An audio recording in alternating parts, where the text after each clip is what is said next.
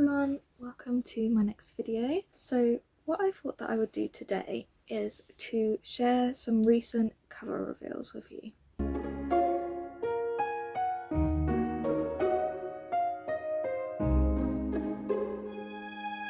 So I know that everyone always says don't judge a book by its cover, but let's be real. Books are the only things that we can judge by their covers, and I am a massive sucker for a really beautiful cover. So what I thought that I would do is share 10 recent fantasy cover reveals which I think you should add to your TBR or your want to read list and to keep an eye out for. The first book that I've got for you is Practical Rules for Cursed Witches by Kayla Cottingham, and this book is out in August of this year. This is a sapphic YA fantasy, and this follows a teen witch who, in order to complete her magical training, must break the curse on a powerful family. And now this teen witch, all of the women in her family are fated to never find their true love. However, she ends up falling for the girl that she's trying to save from the curse. This is the author's first fantasy. She usually writes horror, and this also has Kiki's Delivery Service vibes, and it's a cozy fantasy.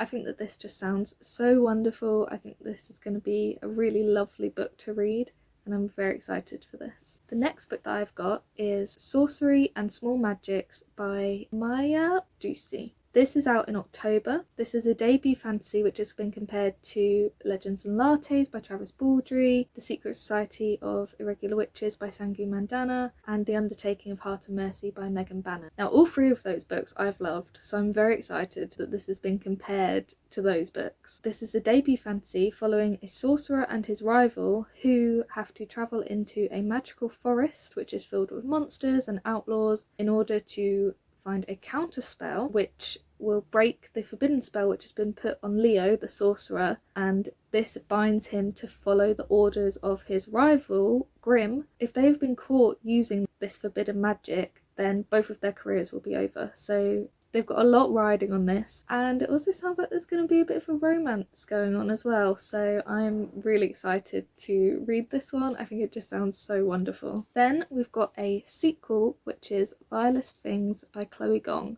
This is out in September, and it is the sequel to Immortal Longings, which came out last year. Immortal Longings was a retelling of Antony and Cleopatra by Shakespeare, and it involved annual games hosted within the capital twin cities of Tallinn, where competitors fight to the death to win riches. One of our main characters, Princess Calla, has been in hiding for 5 years after killing her parents, and now she is entering the games in order to have a chance of finishing the job and bringing down the rest of the monarchy. Our other main character is Anton Macusa, who is entering the games in order to try and clear his debt after he is keeping his childhood love alive in a coma. And there was also a kind of strange magic system where you could jump between bodies. It made for kind of a confusing magic system. I wasn't really sure how it worked or anything like that, and as a result it wasn't my favourite Chloe Gong book, but I do love this author. I really loved These Violent Delights and Foul Lady Fortune. I'm very excited to read the sequel to Foul Lady Fortune, so I'm hoping that Vilest Things will pick up a bit and will be better than Immortal Longings was. We then have Throne of Secrets by Kerri Maniscalco. This is out in September, and it is set in the same world as Kingdom of the Wicked, and it is a sequel or companion to Throne of the Fallen, which was the first standalone book set in the world of Kingdom of the Wicked. All of these books follow the Princes of Sin. So the first book, Throne of the Fallen, followed the Prince of Envy, and I believe that this one is going to follow the Prince of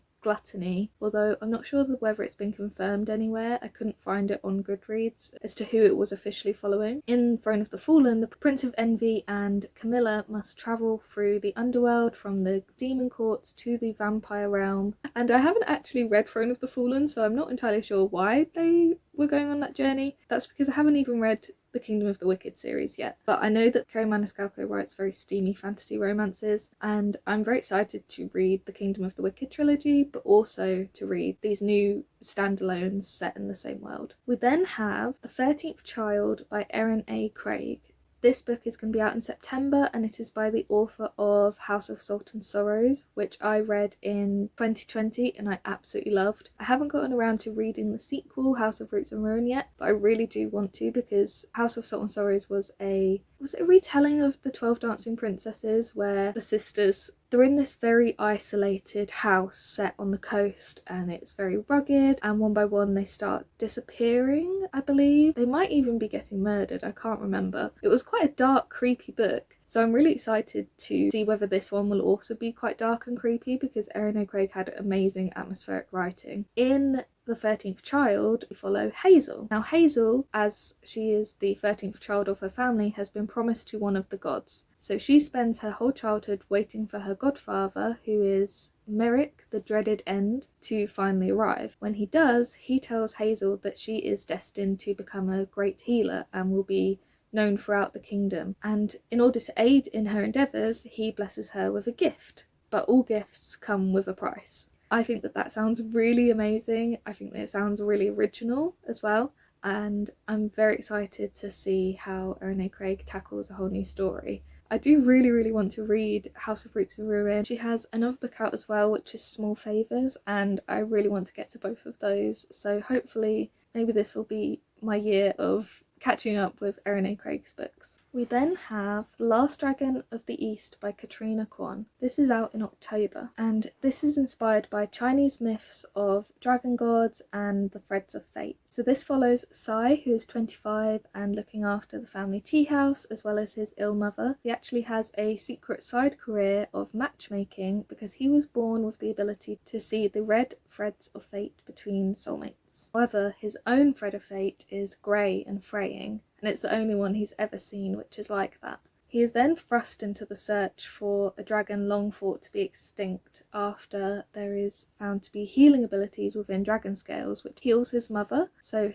that's why he's brought into the search. While he is on this search, his thread of fate moves for the very first time. This is a fantasy debut and I just think it sounds amazing. The cover is absolutely stunning and I'm really excited for this one. We then have a book which is the fantasy debut by the author of Fate Dates and Mooncakes, and that is The Legend of the White Snake by Shirley. This is a retelling of the traditional Chinese folktale, and it follows a white snake who transforms into a boy, and he must hide his true identity after he falls for a prince who is actually hunting for the white snake in search of an antidote to help his dying mother. I really enjoyed Fate Dates and Mooncakes. This author had a really lovely writing style, so I'm really excited to see how she tackles fantasy, and also I've never read a book which follows this folktale, so I'm really excited to see how it's brought into a fictional story. We then have the third book in the Supernatural Investigation series by B.B. Alston, and that is Amari and the Despicable Wonders. The first book in this series, which is Amari and the Night Brothers, I have, but I haven't read yet. It's a middle grade fantasy series, and in the first book we have Amari, a 13-year-old girl who is in search of her missing brother. He has left her a nomination for the tryouts for the Bureau of Supernatural Affairs. She must compete against kids who've known about the supernatural their whole lives, whereas she is only just trying to wrap her head around the fact that mermaids and were-dragons and all of these different things actually exist. She's also given an illegal ability which makes her be seen as an enemy by the other competitors, and at the same time there is an evil magician who is threatening the supernatural world. I've heard amazing things about this book, especially from my friend Naya, and I'm really excited to finally read this series and for this sequel to come out. Maybe I can binge all three in one go. Amari and the Despicable Wonders is out in August. We then have The Wild Huntress by Emily Lloyd-Jones, and this is out in October. This is set in the same world as The Bone Houses and The Drowned Woods, both of which I really enjoyed. In The Wild Huntress, every 5 years, 2 kingdoms take part in the Wild Hunt. The prize is a wish granted by the other king. We have 3 characters, each of whom have a goal for when they win the prize. One of them wants to save her mother from dying, another wants to stop his brother from becoming a tyrant, and the third is just trying to find out where he belongs. I believe that he is a prince, but he doesn't want to be one. They band together for the chance to win, and I'm really excited to read this because Emily Lloyd-Jones has really atmospheric writing. I always enjoy her books and I just think that this sounds so much fun, and the cover again is so stunning.